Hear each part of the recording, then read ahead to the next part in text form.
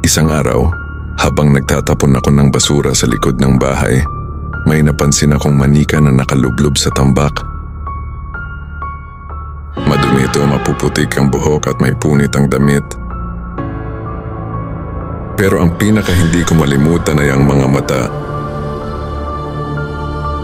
Parang totoo, parang nakatingin, at parang ayaw gumalaw kahit anong gawin ko.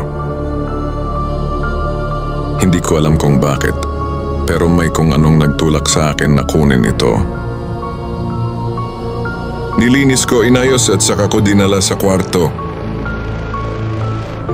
At noong gabing yun, doon nagsimula ang hindi ko inaasahang bangungot. Habang nakahiga ako, ramdam ko ang bigat ng katahimikan.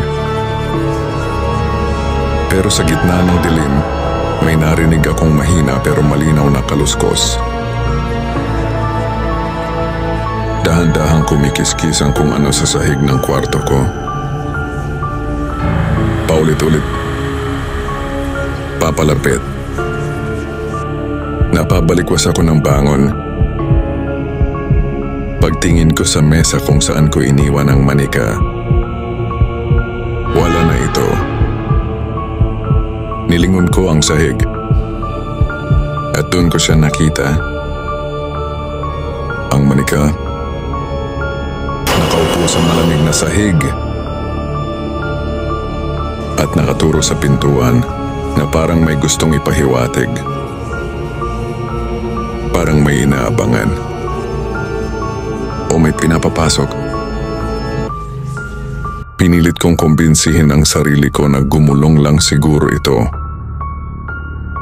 Nakita ko lang ng mali. O baka pagod lang ako.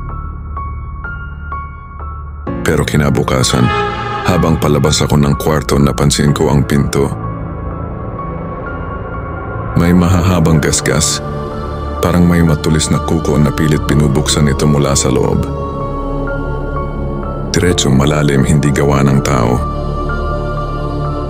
At sa bandang ibaba ng pinto may nakita akong sulat. Hindi tinta, kundi dugo. Dahan-dahan kong binasa ang nakasulat. Huwag mo na akong itapon ulit. At sa dulo ng sulat parang may maliit na marka ng kamay. Saktong-sakto ang laki sa manika.